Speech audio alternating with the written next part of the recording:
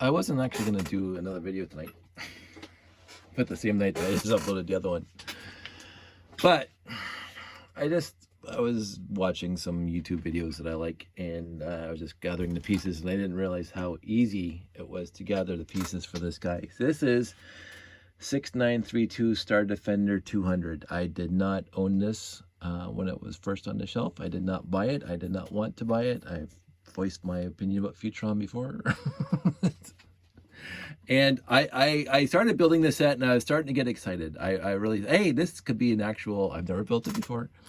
So this could be an actual really cool set.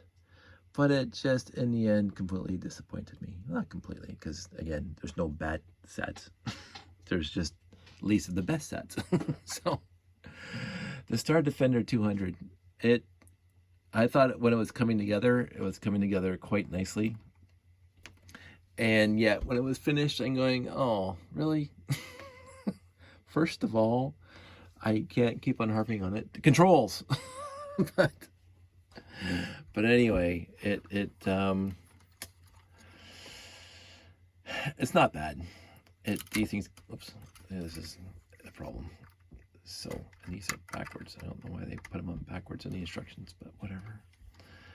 This is from the bottom. This here, these things are backwards, and people say, you can put whichever way you want. This to me is backwards. This to me is the proper way of putting it on. But according to the instructions, which I looked at a few times to make sure I was actually looking at it properly, they're on this way, which makes the stud point to the back instead of to the front. To me, that's backwards, and your mileage may vary. So that's just and the bottom centerpiece like this right here. I was hoping they would do something like they did the 6985, where these pieces are bridged. This is not landing gear. These pieces are not landing gear. They're thrusters, and yet they're treated here as landing gear. This should have been a 2x6 plate or something instead of like that. They put no effort into this landing underneath. Zero effort from what I'm seeing. This looks kind of chintzy, kind of whatever. But then you get to the top. Now, the good part is there's lots of printed parts. Well, not lots, but some. I like the arrow printed parts. I like the hash marks, the black thing.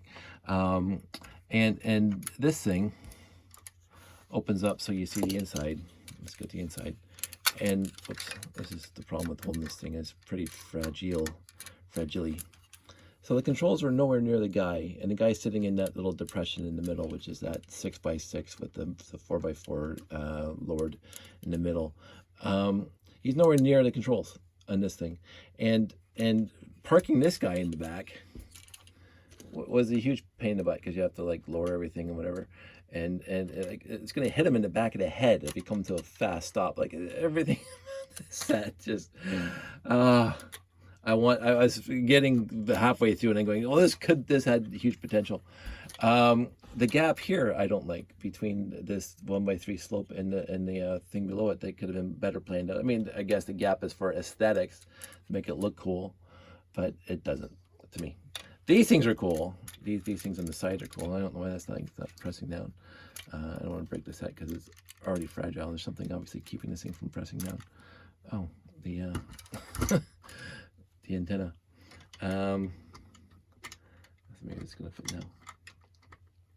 Uno momento, por favor. Oh, still not. There we go. So put this back on this side.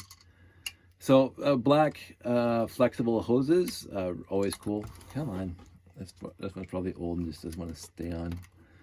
You know, and it knows how much I dislike not love Futuron. So anyway, so there you go. And these things pop off, and I mean this is a lot of brick building or slope building, which is fine. But again, when you open it up in the back, and I didn't expect that, there's zero controls inside. This guy has zero. Is this just an observation window? Like they're sitting out here? Is this supposed to be able to pop off the main ship and you just go down to the ground? I don't know. I honestly don't know. This part here looks kind of meh when it's off by itself. It's got this thing jutting out the side. I guess you're supposed to be able to put it, I think I did that backwards then. That you supposed, I can fix that right now. because maybe that's going to add some coolness factor, really. So I think I'll flip that one around. So this thing has the potential that I think it's supposed to have, which is this comes off. Let me do this on screen, and this side goes over. Come on. This is without a brick separator near me, which is odd. There we go. Put this on this side, and I should have saw this when I was building it. That's exactly why they built it this way. Put this back on, because now I'm going to put it all together again. I'm missing a piece. There it is. I didn't put a lot of effort in finding the best pieces I could because it's Futuron. And but now this can go together like that. Okay, that's redeemable. I like that. But again, there's no controls inside. 0 controls inside. So if this thing's flying around like a cloud car in Empire Strikes Back, how do you control this thing? There's no controls inside. That's disappointing. The back end, I didn't mind that. I thought that the radar dish and the trans-red thrusters were kind of cute. I like that. And I don't even mind these hatchways that are one plate above the rest of it. So, but in the end, as I keep on saying for everything else, it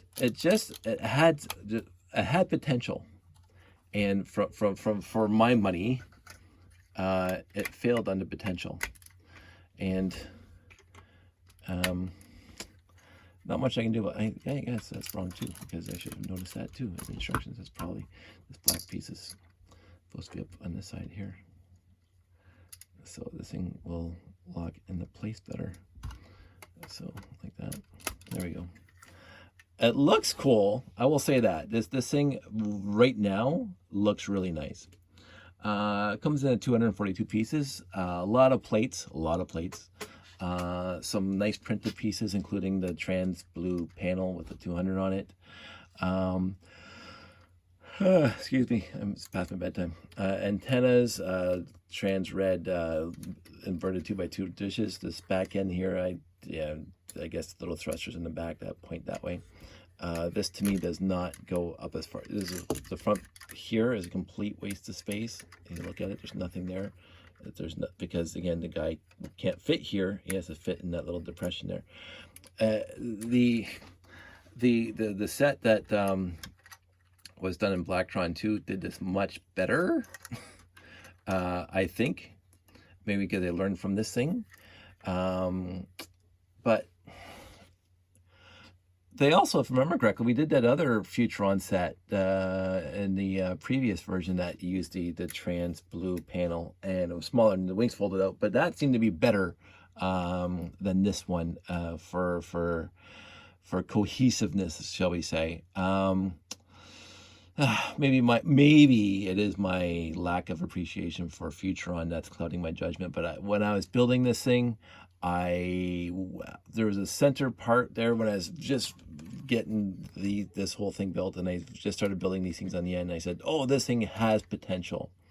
I might like it, but then when it comes together, it didn't do it for me. I really didn't. I mean, it's not bad. It's not the worst set ever, but it's something I'm glad I didn't buy when I was a kid, because I would have wasted my money except for getting more parts. I was starting to get a little bit of a Renegade vibe when I was building this part out here, and I thought they should have had again at the bottom to come together with these things in the front. I was hoping that this would be some sort of the Renegade was paying some sort of a homage to this thing, but it didn't, because it didn't. So in the end, I'm going to keep it together, obviously, because it's another set. It's fully complete. It comes with both minifigs. I keep on picking it up from there, and these things keep on coming off. So there's no nice place to pick it up except maybe from the back like that. 6932 as part of my little video series. I'm glad I built it. Again, Futuron does not impress me a lot. Again, it's not the worst theme in the entire subspace category, sub theme in the space category, but I have not. It's very rare that I come besides the monorail. I can't wait to get to that, and maybe my memory is playing tricks on me, but I remember loving that one. But then again, I might put all the Futuron sets together when I get the monorail set up and see how it looks, because it was the first time they were cohesive since 1978. Because 1978, 1979, all the sets were very cohesive in their color schemes, but then they started adding a lot of other sets that classified as classic space, but did not, like that guy there. that sort of looks like it fits into the originals, but anyway, it's fun. I'm glad I built it. It's not the worst. It's not the best. It kind of sits there in the middle. It's. I will say this. Looking at it right there, it looks kind of cool. I will say that it looks cool sitting there, but then when you open it and you start using it and you start realizing no controls, limited space underneath here, the little scooter can hit the guy in the back of the head, whatever it is, you can say. But just looking at it right now, looks kind of cool. So there are redeeming characteristics to the set. And again, I'm not going to do another flex. I mean, I don't mean to do another flex, but I'm going to pull in my panels that I have, that I've collected, because of course I've got a lot of sets over the years. So these are my non-labeled, non-stickered big blue panels, 6 by whatever. These are my labeled or stickered, so I can build another 200 here, build the same one. I got these two guys from a different set that I'm sure I'm going to be building soon. And then I got these 6 from the Unitron monorail set. So I'm going to be building that too, but I'm only going to be building one of them, not 3 of them. So I'm just showing those off just because I had to pull it out to get that guy. And, you know, it's kind of neat. I'll go off on a quick tangent, hopefully quick. So eBay shows up. Brick Bay had just, I think there was Brick Bay at the time, so it was well before Brick Link, because I don't think Brick Bay was actually out there in public for, I think it was just a couple of years before they were quote unquote forced to change their name, or they changed it nicely so they didn't get into a big huge lawsuit with eBay. But what I was doing at that time, besides that one year, I bid $75 in every single Galaxy Explorer I saw online on eBay, and winning 12 of them. I was also checking for monorail lots on eBay back in the day. You're not going to get them now the way I got them back then, but back in the day, I would go on eBay and I would just type in Lego monorail or whatever, and because I already owned the 6990 and I already owned a couple of Unitrons, and I had a lot of track anyway from my good buddy Mike. Actually, this is before Mike. I bought the monorail tracks off of Mike because I didn't start working for Mike till that, but doesn't matter. I would go on eBay and I would see a lot of monorail, and what I would do is I would price it out for the track pieces that I saw, and I didn't worry about anything else. So I would buy, what was it, $2 for a curve, a full curve, $5 for a straight, or is it 10? Maybe 10. So if they have, so for example, if they had 2 straight, it'd be $20 for those. If they have 4 curves, it'd be $8 for those. They had a switch, it's $15. So 2 switches, $30. And if they had a short curve, the one that comes in half, that has that little funky end on it, so you have to put them together properly, that was also $15. So, and this short little straight was, I think, $2 or $4, whatever. So I would add it all up, and that's what I would bid on that lot. And again, I would lose 80% of them. I would lose 80% of those lots. But I would win some, and that was perfect for me because I would pay for them. But in those lots, they would be selling the domes and the panels, again from the 6990, and I would also just look for these things on their own and see what they were charging for them on eBay. And so and again, I already owned the 6990, as they say, and the Unitrons, but I would just keep on bidding on whatever was out there. But I would have a price in my head. Excuse me, I don't know why I'm burping right now. I would have a price in my head, and I would put that price on the lot and not worry about it again. Like there's still some people right at the last minute, they snipe. Well, go ahead. I don't care. I'm not going to be sitting there with my mouse over top with 2 seconds left and put $1 more to beat you. I bid on it a week ago. That's the price I'm willing to pay. And if you beat me by $1, then it's yours. Sometimes it was just $1. Most times it was $15, $20, $30 more than I bid. And then sometimes I would get it for $5, $10 less than what I bid. So in the end, I won a lot or enough back in the day to get what I wanted. And that's all that mattered to me. And I didn't want to put a lot of effort into it, because again, putting the effort into it, then it's work. If you're constantly trolling eBay all the time to make sure that you're gonna beat the guy like with 15 seconds left, the guy who's gonna whatever, then that's your hobby. That's not mine. My hobby is not watching my eBay bids for a week. Bid once, forget about it. If I got an email at the end of the week says, "Hey, congratulations, you won this lot, woohoo, yay!" and I pay the guy and they ship it to me, so that was good enough for me. If I didn't win, oh well. Like what usually happens is I would bid on a whole bunch of stuff on a Monday, say Galaxy Explorers and these things and blah blah blah, and base plates. By the way, I would bid on base plates, and back then it was $5 per base plate. And they would have the road plate and the green plates and the driveway plates, whatever. And of course, they would also have other stuff in the lot that the person was trying to get money for on eBay. But I was only interested in the base plates, and so that's all I would bid on. And if there was a whole bunch of other stuff besides base plates, I wouldn't bother putting a bid in, because I don't want the other stuff, and I know that what I'm going to bid on it is not going to be what he's going to get for it. But if it's mostly base plates, 32 by 32, I would bid $5 a base plate. And this is back in the day. These days, you're not going to get them for $5. You'd be very, very hard pressed to get $5 a base plate these days. But back then, that's what I did. And again, overall, I lost, but I won enough over a year to make me happy. And I got enough base plates back in the wall over here on my shelf here to make me happy the rest of my life.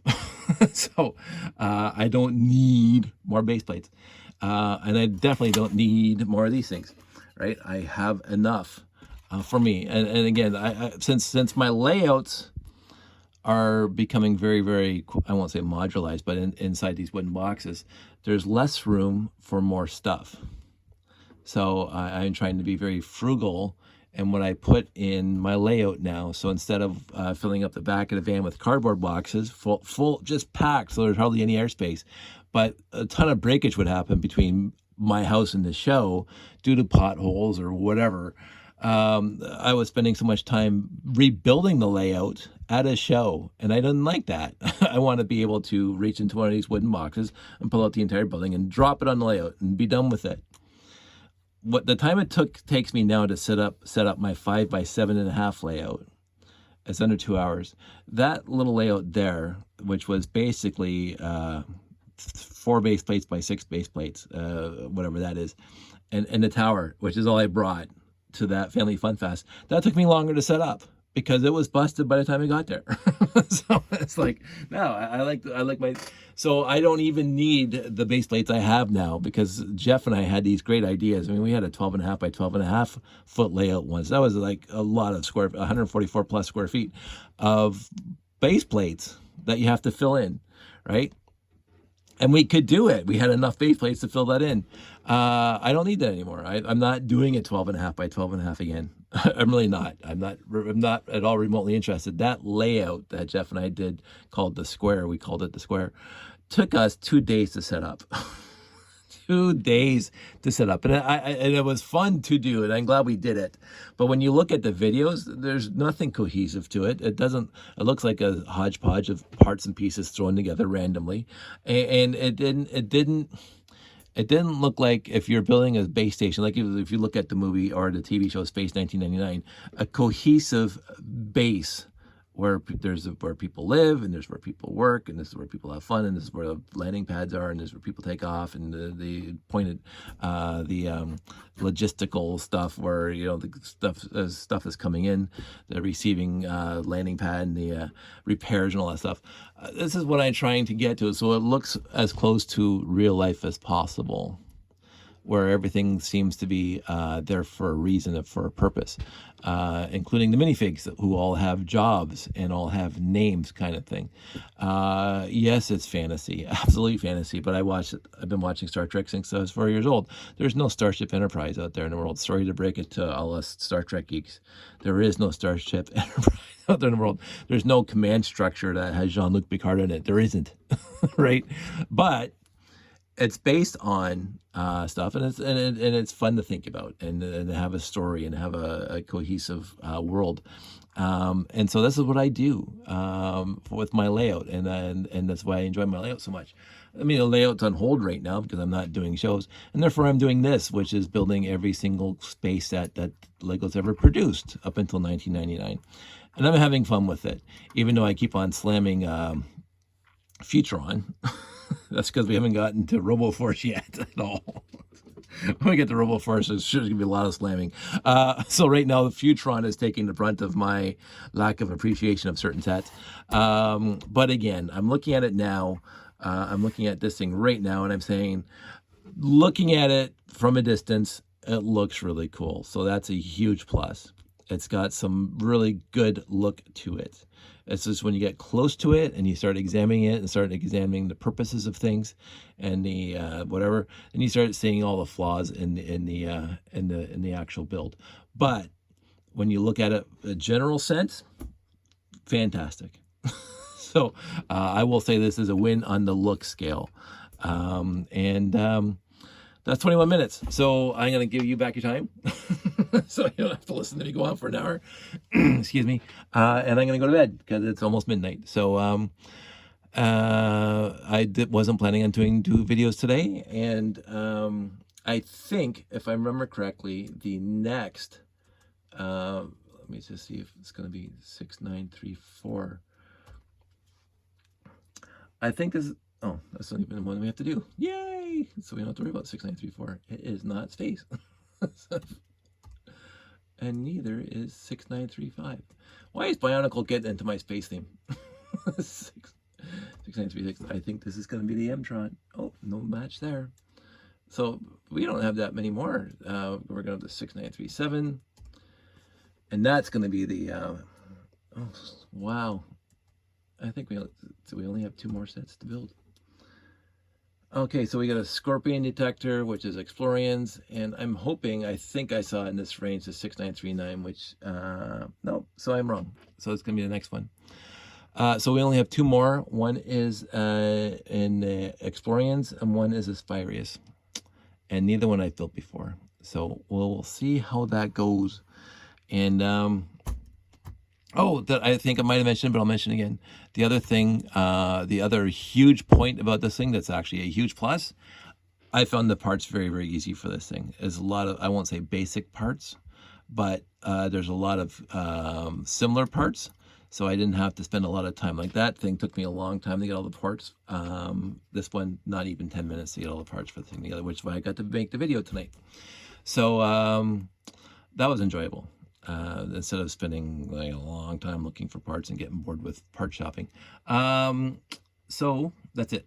I'm going to say goodnight to you all. I want everybody to stay safe, take care, be kind to other people, even sometimes if they don't deserve it. Or just be kind to yourself because you do deserve it. Talk to you soon. Bye.